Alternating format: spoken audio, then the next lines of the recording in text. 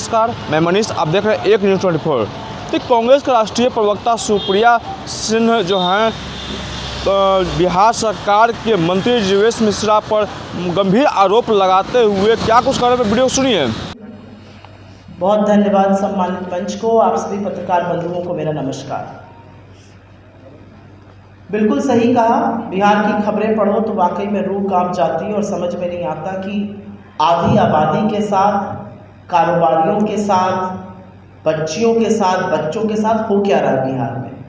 और उस पर अभी मैं डिटेल में ज़रूर बात करूंगी, आंकड़ों के साथ बात करूंगी, क्योंकि बिना आंकड़ों के हवाई बात करने की ना हमारी आदत है और ना हम लोग तोहमत लगाते हैं। लेकिन आज एक और बड़ा मुद्दा है जो कि दिखा रहा है कि बिहार में हो क्या रहा है। सत्ता में जो काबिज हैं उन्होंने मर्यादा की, उन्होंने नैतिकता की, उन्होंने सार्वजनिक जीवन में लोक लाज की धज्जियां उड़ा दी।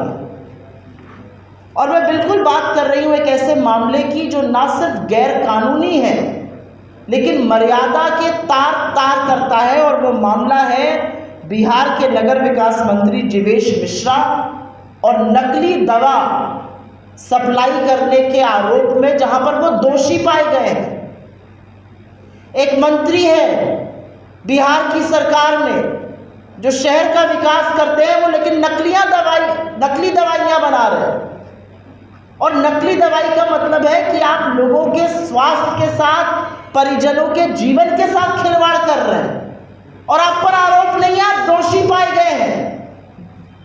और एक जमाना था जब आरोप लग जाता था तो आरोपी तुरंत अपने पद से इस्तीफा दे देता था, क्योंकि सार्वजनिक जीवन में मर्यादा, नैतिकता और लोक लाज, लोक शर्म से ज्यादा जरूरी कुछ नहीं होता। आज बेधड़क बेखौफ जीवेश मिश्रा जी जो हैं वो मंत्री बने हुए हैं, उनको पूरा संरक्षण तथा कथित करप्ट डबल इंजन की सरकार दे रही है और वो निडरता से मंत्री बने हुए। कोई लोक लाज नहीं है, कोई शर्म नहीं है कि आपकी हो सकता है जो नकली दवाइयां थी उससे लोगों की मौत हो गई। और मैं थोड़ा सा रिवाइंड करके इस पूरे मामले की हल्की सी पृष्ठभूमि रख देती हूँ आपके सामने, क्योंकि ये वीडियो तमाम, ये प्रेस वार्ता तमाम वो लोग देखेंगे जो डे टू डे आपकी तरह फॉलो नहीं कर रहे हैं। में पाया गया कि उनकी टैबलेट सिप्रोलिन 500 नकली है, वो गुणवत्ताओं पे खरी नहीं उतर पाई और इसके चलते वो और उनकी कंपनी दोषी पाई गई। आपकी जानकारी के लिए जिन धाराएं उनके ऊपर लगाई गई हैं उनका जरा सा विवरण कर देती हूँ। धारा 16(1) बताती है कि अगर दूसरी सूची में गुणवत्ता पाई ना जाए तो ड्रग नकली मानी जाएगी। धारा 17 बताती है कि नकली ड्रग का मतलब ये होता है कि अगर कोई चर्चित ड्रग है उसका नाम चुराकर या उस तरह की बनाकर बिना मानक पे खरे उतरे कोई ड्रग बेच रहा है वो नकली है। धारा 18 बताती है कि निर्माण और बिक्री पर रोक कैसे होती है। कोई भी व्यक्ति ऐसी दवा नहीं बेच सकता जिसकी गुणवत्ता ठीक ना हो, जो नकली हो या जो गलत ब्रांडिंग से बेची जा रही हो। और इन सब पर वो दोषी पाए जा रहे हैं। असलियत यह है कि इन सब पर दोषी पाए जाने के बाद जिस तरह की सजा उनको हो सकती थी, वो 1 साल से 3 साल के लिए जेल जा सकते थे, 20,000 का उन पर जुर्माना लग सकता था। अन्य धाराओं में वो 3 महीने से 1 साल तक जेल जा सकते थे, वहां पर भी आर्थिक जुर्माना था।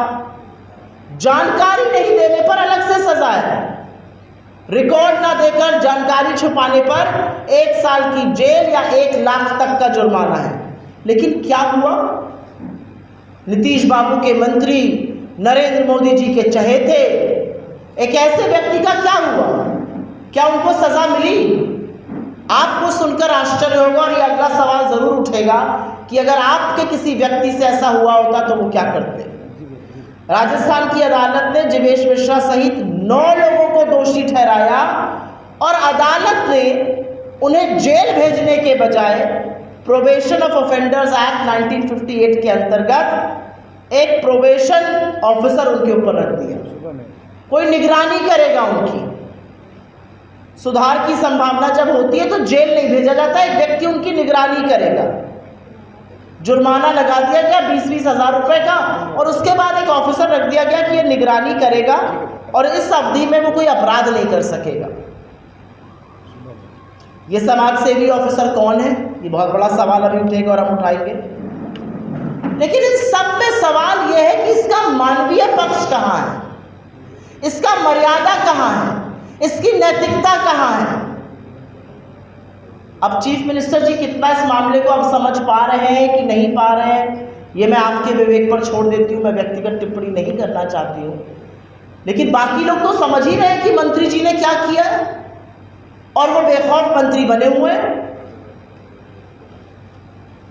आप मुझे बताइए, अगर आपके किसी सुना, कांग्रेस के राष्ट्रीय प्रवक्ता साफ तौर पर कह रहे हैं कि बिहार सरकार के मंत्री जो हैं जीवेश मिश्रा, वो नकली दवा कारोबार में संलग्न है, उनको तत्काल इस्तीफा देना चाहिए।